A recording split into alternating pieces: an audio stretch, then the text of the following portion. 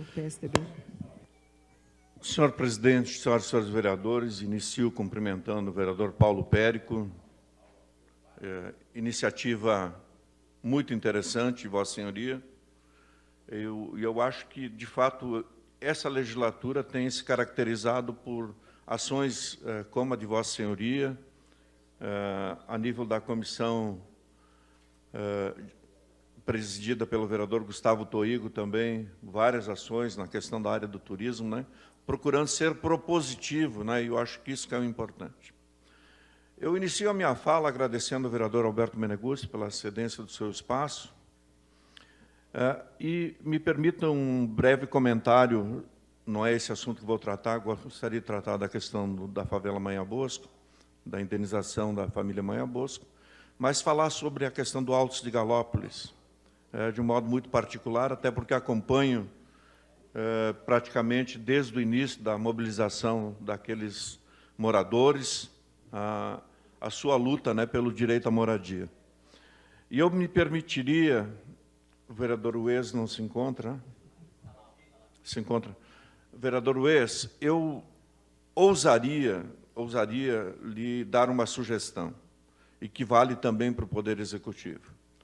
Eu acho que na gestão final do prefeito Sartori, e também especialmente na nossa gestão passada, eu acho que se cometeu um erro crucial, eu diria mortal até do ponto de vista dos interesses de moradores. A partir do momento em que a gente passou a ser fator secundário na definição, na história das legalizações de loteamentos irregulares e passamos a ser pautados pelo Ministério Público, né? A ação do Ministério Público ela é uma ação fiscalizadora, ela não pode ser uma ação propositora, né? Definidora, né? Que passa a pautar todas as ações do Poder Público. Então, no caso do Altos de Galópolis, vereador Ues, eu acho que nós poderíamos, a nível da comissão específica que trata de loteamentos irregulares, nós produzirmos, vereador Renato, um requerimento em nome dessa comissão encaminhado diretamente ao juízo da ação, não passando mais pelo Ministério Público. Porque o Altos de Galópolis é um loteamento completamente diferenciado de outros que nós temos na cidade e que também tem situações locais. Lá todos são proprietários. Todos são proprietários. Os 15, 16 lotes lá que foram repassados para aqueles colonos, eles são proprietários. Até hoje não tem a titulação, estamos tentando agilizar esse procedimento em Porto Alegre. Lamentavelmente não se evoluiu muito, mas eu acho que é justo uma ida de novo a Porto Alegre, e cumprimento a antiga diretoria da associação aqui presente, o pessoal que vai assumir agora dia 1º, né? Todos vocês pela luta que desenvolvem lá naquela comunidade, e eu estou aí sempre à disposição para fazer esse contato com a Secretaria de Desenvolvimento Rural, do ponto de vista de a gente agilizar aquilo que é o nosso principal pedido, que é a escrituração dos terrenos, às famílias que receberam esses terrenos há 16 anos atrás, e que o Estado, até hoje, vem empurrando essa questão com a barriga. E aproveitar até que está lá, né, o nosso ex-prefeito, José Ivo Sartori, né, e se não der lá com a secretaria comandada pelo meu amigo Mineto, vereador Ues, vamos direto no governador, né, parar de enrolar, né, né. Mas também há uma ação fundamental, vereador Chico Guerra, que tem que ser desenvolvida em Caxias. E essa nós não podemos esperar. Eu tenho tido, todos são testemunhas, a maior paciência do mundo em aguardar uma definição de parte do Executivo para a discussão da questão da revisão do plano diretor. Eu acho que é o momento adequado para a gente fazer a expansão urbana e, portanto, ampliar o perímetro urbano especificamente naquela localidade.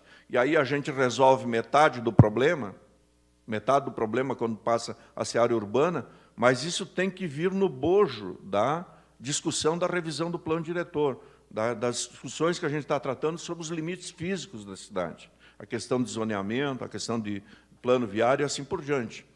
E nós já estamos 6 meses, e a informação que o secretário de Planejamento dá é que eles ainda estão colhendo informações junto às secretarias. Eu acho que, a nível da comissão, vereador Chico Guerra, nós não podemos aguardar tanto tempo, né? Porque, a partir do segundo semestre, obrigatoriamente, até por definição legal, nós vamos ter que começar a marcar audiências públicas para discutir essas questões da revisão do plano diretor. Nós tentamos estabelecer um calendário conjunto com o Executivo para essa discussão, mas, lamentavelmente, isso não evoluiu. Então, fica essa sugestão, vereador Wes, da gente produzir um requerimento aqui, acho assinado por todos os vereadores, solicitando diretamente à juíza da ação, não passando mais pelo Ministério Público, tá? Requerendo, no mínimo, a conservação das estradas. No mínimo a conservação das estradas. Gostaria também, senhor presidente, senhores vereadores, de, quando a gente faz uma crítica aqui à nossa Procuradoria, vereador Chico Guerra, a gente a faz com base no histórico, né, dessa discussão do processo que envolve a indenização da família Manhã Bosco. Mas eu quero, pessoalmente, na pessoa dos advogados procuradores do município, Pedro Pereira e Karim Comanduli, parabenizá-los, né? Porque ontem foi divulgado, embora a sentença é do dia 20, vereador Rodrigo Beltrão, a sentença é do dia 20, o prefeito foi para Brasília dia 22, não sei fazer o quê, né? Porque a sentença foi no dia 20, tá? Aonde conseguiram um efeito suspensivo para aquele recurso especial que já estava tramitando desde 2016, uma ação do então prefeito Alceu Barbosa Velho, aonde questiona a questão dos valores, não os valores chamados incontroversos da indenização, mas especialmente a condenação do município desde o início da discussão do processo, e não a partir de 1996, quando o município foi incluído no polo ativo da ação, né? Então, existia uma ação já na época que foi uma iniciativa do doutor Vitório Jordão da Costa, do ponto de vista de questionar os valores a serem pagos pelo município na indenização, tá? Porque o município só passou a ser réu na metade do processo, tá? De 96 para adiante, quando a ação é ainda do início dos anos 80. Então, o município está sendo condenado sem ser réu, né? Então, os chamados valores incontroversos não são questionados, esses estão lá, mas com o efeito suspensivo, anula, isso que é interessante, anula a decisão do juízo aqui do Estado do Rio Grande do Sul, que determinou o bloqueio dos recursos, tá? E, portanto, libera esses recursos, os 69 milhões, quem sabe a saúde agradece, vereador Chico Guerra, a saúde agradece, a educação agradece, né? Esses valores, então, a partir do desbloqueio, pela leitura que fiz assim da sentença, poderão ser utilizados normalmente dentro do orçamento do município. Então, acho que é uma grande vitória da nossa Procuradoria, a gente tem que reconhecer quando isso acontece, né? Eu não vou entrar aqui na disputa de quem é o pai da criança, né? O pai da criança é o município de Caxias do Sul, é a cidade de Caxias do Sul, tá? Então, houve uma divulgação da sentença antes mesmo da própria assessoria de imprensa, né? da prefeitura, né? Através da Associação dos Procuradores. Claro, eles se sentiam provavelmente pressionados, né? E fizeram essa divulgação. Mas eu acho que isso é uma vitória do município de Caxias do Sul, uma vitória do prefeito Alceu, que propôs, não deixa de ser também uma vitória do atual prefeito, por dar continuidade a isso. A única coisa que eu estranhei, fica aqui o meu reparo, a sentença é do dia 20. E sorte, parece, vereador Rodrigo Beltrão, que caiu nas mãos do ministro Herman Benjamin. De boa memória, recente boa memória, né? O seu voto na questão da cassação da chapa Dilma Temer, né? Perdeu por 4-3, mas foi, sem dúvida nenhuma, uma obra-prima, aquele voto, né? Que foi seguido por mais 4-3, se eu não me engano, por mais 2 juízes, né? e que, lamentavelmente, não nos livrou, né, da chapa Dilma Temer, né, que poderia ter acontecido naquele momento. Então, o doutor Erno Benjamin é uma pessoa ilustrada, uma pessoa com grande conhecimento jurídico e com um bom posicionamento, né? E, para nossa sorte, caiu nas mãos dele essa decisão, né, e se conseguiu, então, com esse efeito suspensivo. Então, o vereador Chico Guerra, eu acho que a cidade dá uma respirada, mas isso não significa dizer que a indenização até agora não vai ser paga. O que nós temos é que torcer que a ação rescisória que está lá tramitando, que saiu das mãos do revisor e voltou para o juiz relator, o juiz ministro Benedito, não sei das quantas, possa ser, então, deferida, né, e havendo uma possibilidade real, concreta, de ter uma sentença positiva. Me permita prosseguir em declaração de lei, senhor presidente. Senhor presidente, uma declaração da bancada do PSB, do Partido Socialista Brasileiro, permanece à tribuna o vereador Eloy Freixo, com a sua cedência, senhor presidente. Muito obrigado, vereador de Carlos. Está concedida uma declaração de líder da bancada do PSB. Então, eu dizia, confirmando, né, que estamos todos na expectativa de que essa ação ela seja positiva, principalmente a ação rescisória, e que isso nos possibilita, então, dar uma zerada nesse processo e retornar ao início, né, da questão da ação de execução, e, portanto, a família, no momento em que escolheu executar o município e não executar os moradores, fez uma opção. Tá? Não executando os moradores, livrou os moradores da discussão sobre a questão da indenização e sobre a propriedade da área. E escolheu o município porque achou que ali os cofres estavam recheados, né? Então, nesse sentido, vamos torcer que essa ação seja positiva. Pois não, vereador? Não? Então, tá. Então, faço esse relato, porque acompanho essa questão, a saudação, então, à comunidade lá do Alto Cigalópolis. Vamos à briga juntos, tá? E vamos, quem sabe, caminhar por esse caminho aí de para essa questão. Finalizando só essa minha intervenção sobre a questão da indenização da família Meia Bosco. Permita uma partezinha. Que acompanhar isso de cima, de fato, a Câmara tem que estar presente, tá? Eu, na minha intervenção anterior aqui, disse claramente, e foi reproduzido hoje no jornal, de que, se o prefeito, de fato, estava em Brasília lutando para demover ou interferir politicamente, tá? Politicamente, na definição positiva para o lado do município, a gente tem que parabenizar, está cumprindo o seu papel. Pois não, vereador Adilão? Só para... Eu acho que Vossa Excelência tem razão, tem que cumprimentar os procuradores, porque essa é uma vitória de Caxias. Com essa indenização, Caxias se tornaria inviável. E é a maior aberração jurídica que já se viu. Fazer uma avaliação do imóvel em 2011 e aplicar a correção de 1982 para cá. Quer dizer, isso não existe. Então, cumprimentar a PGM, mas Vossa Excelência faz bem lembrar esse ministro, Herman Benjamin, que é das poucas figuras que se salva lá no Tribunal Superior Eleitoral. Muito obrigado. Pois não, vereador Tomé.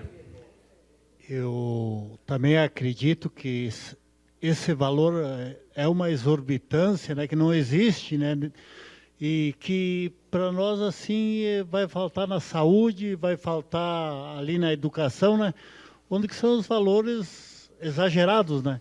Então a gente observa isso, que qualquer leigo observa que isso são valores que não estão dentro de um parâmetro de uma cidade pagar um valor desse.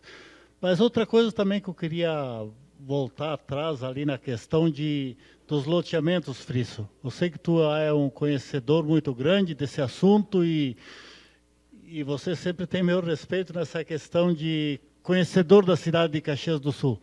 Mas também que a gente incluísse nessa questão, se nós levarmos ao juiz aqui esse pedido, que fosse incluído outros bairros pela questão das melhorias das vias públicas aí, né? Onde que não se pode fazer o patrulhamento, que é o mínimo, né?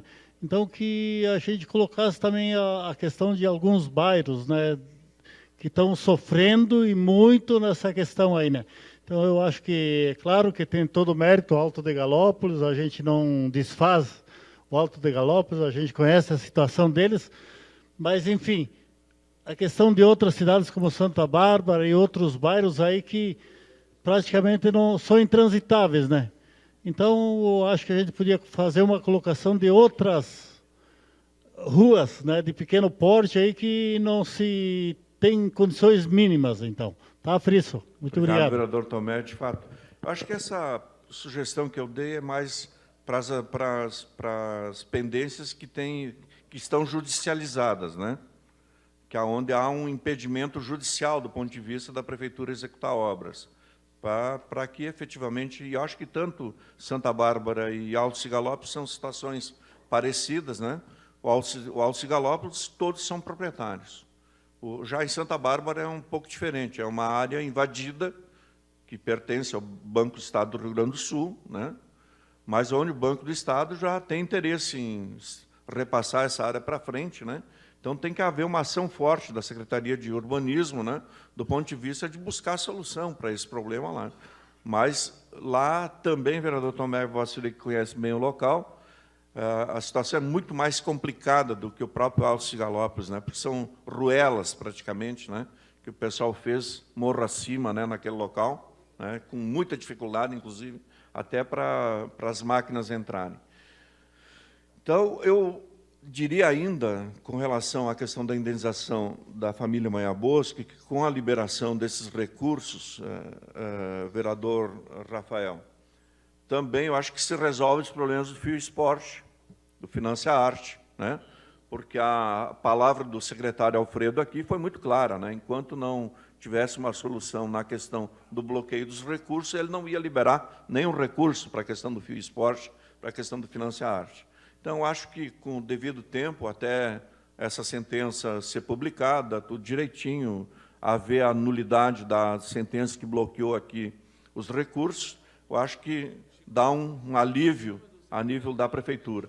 Agora, isso não significa dizer que logo ali adiante isso também não volte a ocorrer, né, novos bloqueios, né, especialmente se a ação rescisória não for julgada favoravelmente. E mesmo essa ação especial, né, essa ação especial que originalmente eram embargos e foi transformada em uma ação especial, esse recurso especial, perdão, também for julgado logo ali adiante, porque daí a parte incontroversa, vereador Chico Guerra, essa vai vir para a execução. Né? Porque o recurso especial está questionando o valor total da dívida, mas reconhece a parte incontroversa. Parte incontroversa, que é o direito à indenização da família. Então, a prefeitura está questionando especialmente os valores anteriores a 96, nesse cálculo maluco, né, de uma terra que, se fosse vendida hoje, vereadora Paula, valeria pau e corda 40 milhões de reais, e passa por uma indenização que está praticamente travando a cidade. Eu estou buscando, inclusive, nos arquivos da Câmara, estou pesquisando, com auxílio do nosso arquivo histórico aqui, as discussões que aconteceram de 78 a 82, envolvendo a questão da proposta de devolução da área. Então, vou ter a oportunidade de trazer mais alguns dados aqui, que eu já tinha lido nessas atas, não cheguei a ficar com elas, mas, do ponto de vista de clarear cada vez mais, né, como que Caxias se colocou nessa armadilha, né?